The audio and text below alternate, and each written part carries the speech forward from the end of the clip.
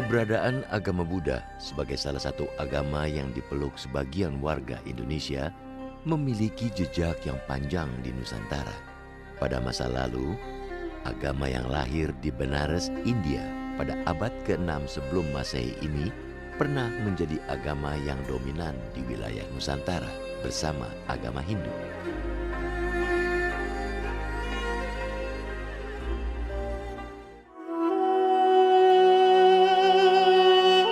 Ajaran Buddhisme diperkirakan mulai menyebar di wilayah Nusantara pada sekitar abad ke-3 Masehi. Keyakinan Buddha di Nusantara diduga disebarkan oleh para biku yang datang bersama para pedagang yang singgah di sejumlah kawasan di Nusantara. Sementara, bila dilihat dari peninggalan prasasti-prasasti yang ada, agama Buddha pertama kali masuk ke Nusantara pada sekitar abad ke-5 Masehi. Jadi kalau disebut kronologi abadnya, mungkin agama Buddha itu sekitar abad 2, abad 3 sudah sampai ke Indonesia. Bersamaan dengan itu masih ada sisa-sisa Weda yang masuk ke Indonesia dan berkembang bersamaan sampai sekitar abad ke-5, ke-6 di wilayah Nusantara. Dan Buddha pada masa itu sudah menjejakkan beberapa situs di Sumatera dan juga di Jawa bagian barat. Nah, di abad 8 baru muncul Hindu Trimurti di Jawa Tengah. Nah, pada saat itu ada sebuah catatan seorang sarjana bernama Fahien. Pada saat itu tahun, kalau nggak salah tahun 414 Masehi. Di situ dia dalam perjalanannya pulang dari India ke Tiongkok, dia mampir dulu atau singgah dulu ke Jawa. Kurang lebih selama 5 bulan di Jawa, dia melihat di situ masyarakatnya menganut aliran Brahma. Dan dia mengatakan sedikit sekali yang menganut ajaran agama Buddha di sini khususnya. Perkembangan agama Buddha di Nusantara mengalami kemajuan pesat dan dianut banyak penduduk Nusantara saat berdiri sejumlah kerajaan Buddha atau kerajaan Hindu-Buddha di beberapa wilayah di Nusantara. Kerajaan Buddha pertama kali yang berkembang di Nusantara adalah Kedatuan atau Kerajaan Sriwijaya yang diduga berpusat di wilayah Sumatera Selatan dan berdiri pada abad ke-7 sampai tahun 1377. Di Indonesia, kerajaan pertama yang jelas-jelas dari prasastinya memeluk agama Buddha itu Sriwijaya. Dari prasasti-prasasti yang ditinggalkan sampai sekarang itu jelas agama Buddha. Dan yang menarik, Sriwijaya itu kerajaan pertama, tergolong kerajaan pertama, ya kurang lebih sama dengan Kutai, Tarumanagara, Kutai kuno, Tarumanagara, Kanjuruhan itu di awal-awal yang menuliskan prasastinya dalam bahasa Melayu kuno. Semangatnya primordial, semangatnya Buddha. Karena Buddha berkembang tidak memakai bahasa Sanskerta. Buddha berkembang menggunakan bahasa Prakerta atau bahasa Pali atau bahasa lokal. Sriwijaya pernah menjadi salah satu pusat pengembangan agama Buddha di Asia Tenggara. Informasi ini bisa dirujuk dari catatan It Sing, seorang sarjana dari Tiongkok yang melakukan perjalanan ke India dan Nusantara. Biarawan Buddha lain yang mengunjungi Indonesia adalah Atisa Dharmapala, seorang profesor dari Nalanda. Jadi dia ingin mencari suatu ilmu, yaitu pada saat itu adalah bodhicitta. Dia pengen tahu karena dia dikasih mimpi sama gurunya waktu dia di sana di India, dikasih mimpi bahwa kamu kalau mau belajar bodhicitta dia harus ke Sumatera. Di situ ada seorang guru, maha guru yang bisa memberi penjelasan dan membabarkan apa itu bodhicitta. Waktu itu guru yang menjadi guru dari Biku Atisa di Sumatera itu adalah Dharmakirti. Berdasarkan catatan It Sing, Sriwijaya merupakan rumah bagi sarjana Buddha dan menjadi pusat pembelajaran agama Buddha. Catatan itu membuktikan bahwa selama masa kerajaan Sriwijaya, agama Buddha berkembang sangat pesat. Itsing juga melaporkan bahwa di Sriwijaya terdapat aliran Buddha Theravada atau Hinayana dan Mahayana. Itsing mengatakan bahwa di situ banyak sekali rahib, banyak sekali orang-orang yang belajar agama Buddha. Dan dia mengatakan juga di sekitar situ banyak sekali masyarakat yang menganut paham agama atau corak Mula Sarwastiwada dan Samitya. Mula Sarwastiwada dan Samitya ini merupakan lebih dekat pada aliran Hinayana. Dan dia juga mengatakan ada sedikit corak Mahayananya di situ. Nah, dari catatan-catatan ini sebenarnya dapat disimpulkan bahwa agama Buddha itu masuk ke Indonesia jauh sebelum abad ke-7. Yijing dari Kanton singgah di Sriwijaya dan melaporkan dalam memoarnya itu banyak pemeluk Theravada atau Hinayana. Kemudian dia menganjurkan untuk para biku Cina yang akan ke Nalanda lebih baik singgah dulu di Sriwijaya, di Selivoce, untuk memperdalam Sabda Widya. Sabda Widya itu tentang tata bahasa Sanskerta, tentang upacara harian dan upacara mantra-mantra itu menurut Yijing itu sama dengan yang di Nalanda. Jadi sebaiknya setahun 2 tahun itu tinggal dulu di Sriwijaya, baru lanjut ke India, ke Nalanda. Pesatnya perkembangan agama dan pengajaran Buddha di Sriwijaya menurut Itsing juga ditandai dengan keberadaan perguruan tinggi Buddha yang memiliki hubungan baik dengan Universitas Nalanda di India. Komplek wihara ini fungsinya kalau kita merunut kepada tradisi pendidikan Buddha Dharma dengan Nalanda adalah sebagai tempat tinggal para guru-guru sekaligus sebagai tempat para biksu dalam belajar agama Buddha. Kita lihat bahwa di Candi Kedaton itu ada Sityagara yang besar yang kita sering sebut dengan Candi Induk. Kemudian ada juga di depannya mandapa seperti hall, dan kita berdiri di sini ini yang namanya halaman. Nah, halaman ini punya fungsi-fungsi sendiri. Kemudian ada juga gapura yang masuk ke dalam. Ini dulunya juga berfungsi sebagai di dalamnya sebagai tempat tinggal.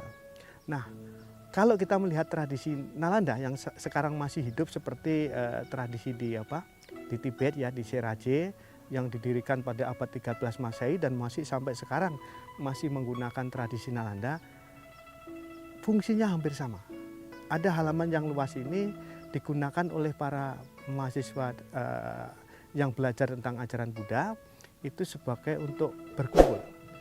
Dan sore hari biasanya dilakukan oleh debat, ya, debat 1 lawan 1, debat 2 lawan 1, 3 lawan 1, tergantung tingkatannya.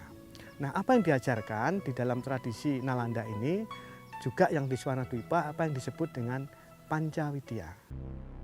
Itsing menulis ada lebih dari 1000 biarawan yang belajar Buddha di Sriwijaya. Perkembangan agama dan pengajaran Buddha di Sriwijaya juga didukung oleh keberadaan seorang mahaguru bernama Sakyakirti.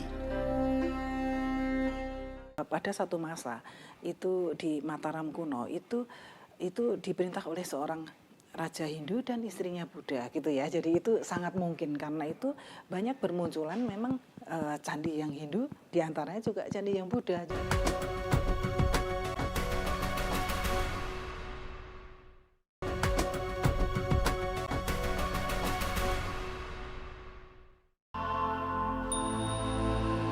Selain di Pulau Sumatera, sejak sekitar abad ke-8, agama Buddha juga berkembang di Pulau Jawa, tepatnya di wilayah Jawa Tengah.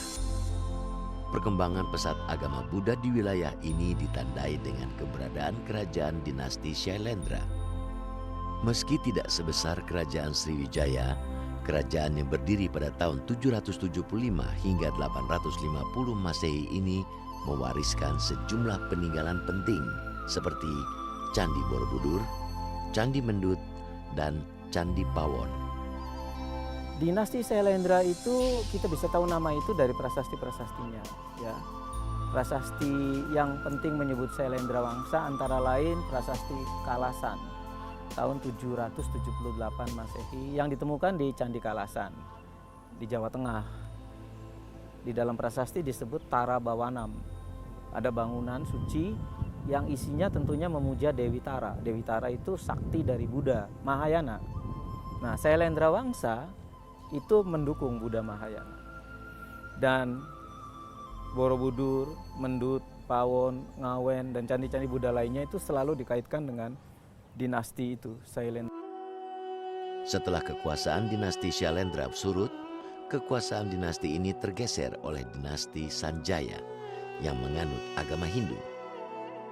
Pada masa ini, agama Buddha diperkirakan masih banyak dipeluk masyarakat Jawa. Namun, sejak saat itu, sinkretisme atau peleburan keyakinan dan praktek agama Buddha dan Hindu mulai terjadi di banyak tempat di Jawa. Pada satu masa itu di Mataram kuno itu diperintah oleh seorang raja Hindu dan istrinya Buddha gitu ya. Jadi itu sangat mungkin karena itu banyak bermunculan memang candi yang Hindu, diantaranya juga candi yang Buddha. Jadi itu saya pikir agama waktu itu tidak menjadi satu persoalan yang penting gitu ya. Maksudnya ya penting ya untuk membentuk sikap, tetapi tidak menjadi satu yang sangat politis gitu sifatnya ya gitu saya rasa. Dan itu terus terbawa sampai kepada raja-raja berikutnya, terutama untuk kerajaan yang ada di Jawa misalnya. Pada tahun 1292 hingga tahun 1478, berdiri kerajaan Majapahit di wilayah Jawa Timur yang bercorak Hindu-Buddha.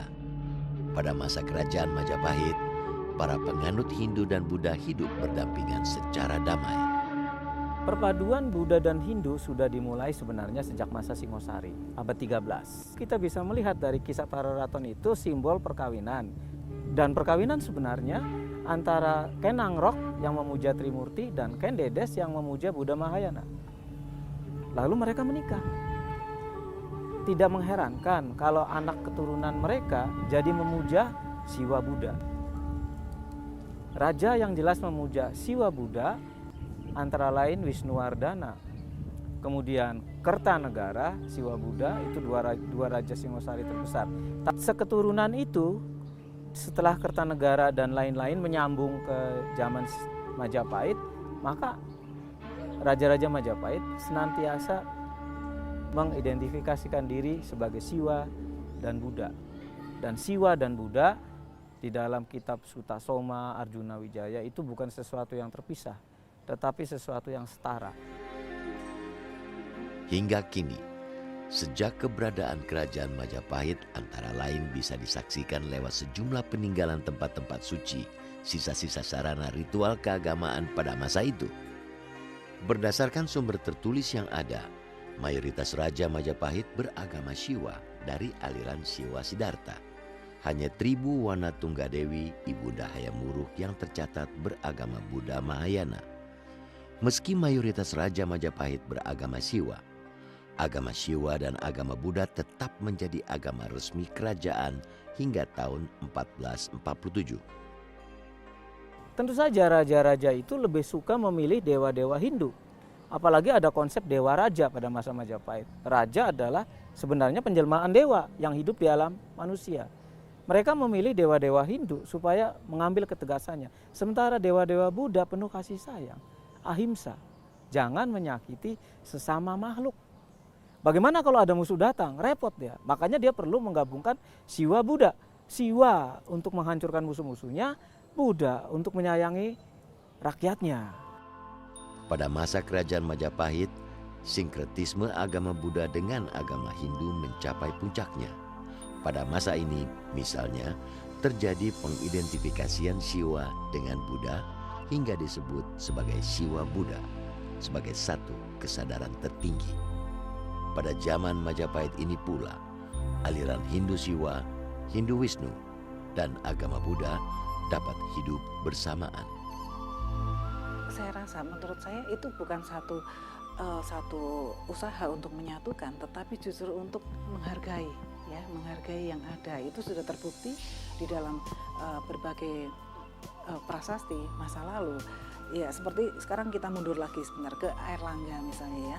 Nah, kita melihat bahwa ketika seorang raja itu memberi satu maklumat yang penting kepada rakyatnya, dia selalu didampingi oleh pemuka-pemuka agama, baik itu Siwa, Buddha, Mahabrahmana maupun Resi. Setelah kerajaan Majapahit mengalami kemunduran pada masa akhir pemerintahan Raja Brawijaya kelima dan runtuh pada tahun 1478, keberadaan agama Buddha dan Hindu perlahan-lahan tergeser oleh agama Islam. Bersamaan dengan ini, jumlah pemeluk Buddha semakin berkurang. Jumlah penganut Buddha di Nusantara juga tidak berkembang pada masa penjajahan Belanda maupun penjajahan Jepang. Inti ajaran Buddha dari masa Buddha lampau sampai sekarang itu sama. Seperti yang tercantum dalam Dhammapada 183. Sabapapa saakaranang kusalasa upasampada sacita paryodapanang etang Buddha nasasanang.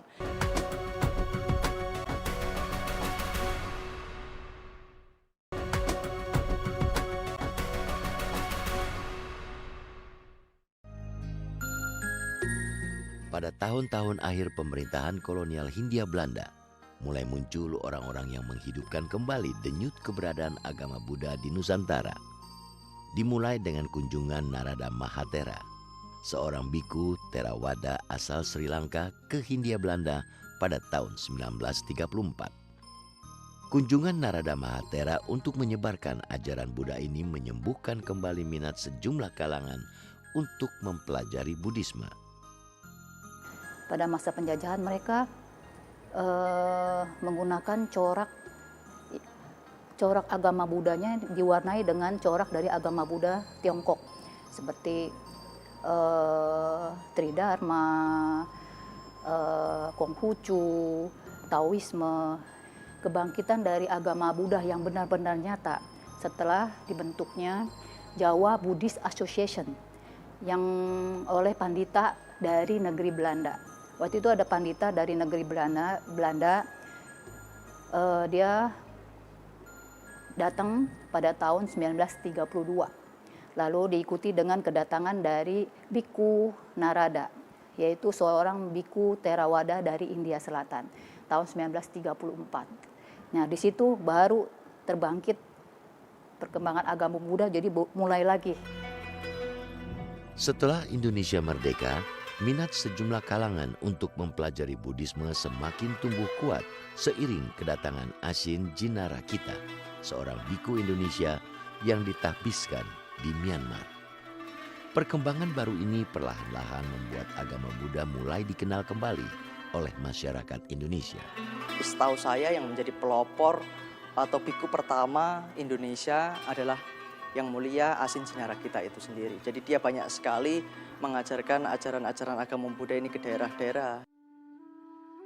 Untuk membantu perkembangan agama Buddha secara nasional, pada tahun 1954, Bante Ashin Jinarakita dan sejumlah penganut Buddha menginisiasi pendirian Persaudaraan Upasaka Upasika Indonesia atau PUUI.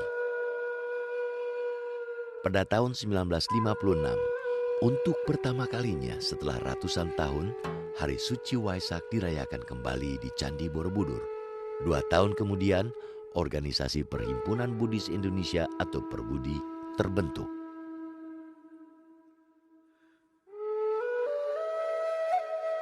Pasca terjadinya peristiwa gerakan 30 September 1965, perburuan terhadap individu atau kelompok yang dituduh sebagai komunis atau dicap sebagai ateis marak dilakukan aparat keamanan.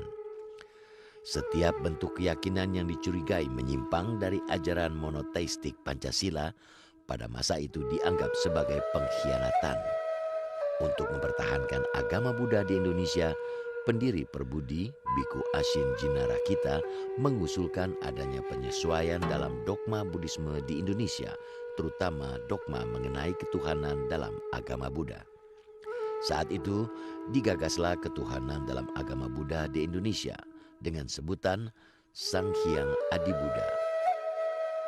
Untuk memperkuat konsepsi ini, Biku Ashin Jinarakita mencari bukti dan konfirmasi dari berbagai teks Jawa kuno hingga dari bentuk kompleks Candi Borobudur. Dia merumuskan bahwa ketuhanan dalam agama Buddha itu disebut dengan Sang Hyang Adi Buddha. Jadi nama Tuhan dalam agama Buddha itu Sang Hyang Adi Buddha. Ini juga sejalan atau seperti yang tercantum dalam Undang-Undang Kepegawaian bahwa setiap umat Buddha atau yang beragama Buddha itu menjadi pegawai atau pejabat, dia dilantik dengan istilahnya dengan demi Allah diganti menjadi demi Sang Hyang Adi Buddha. Ini karena begini, karena agama Buddha ini banyak sekali tadi corak-corak yang mereka juga memiliki sebutan terkait dengan Tuhan itu berbeda-beda.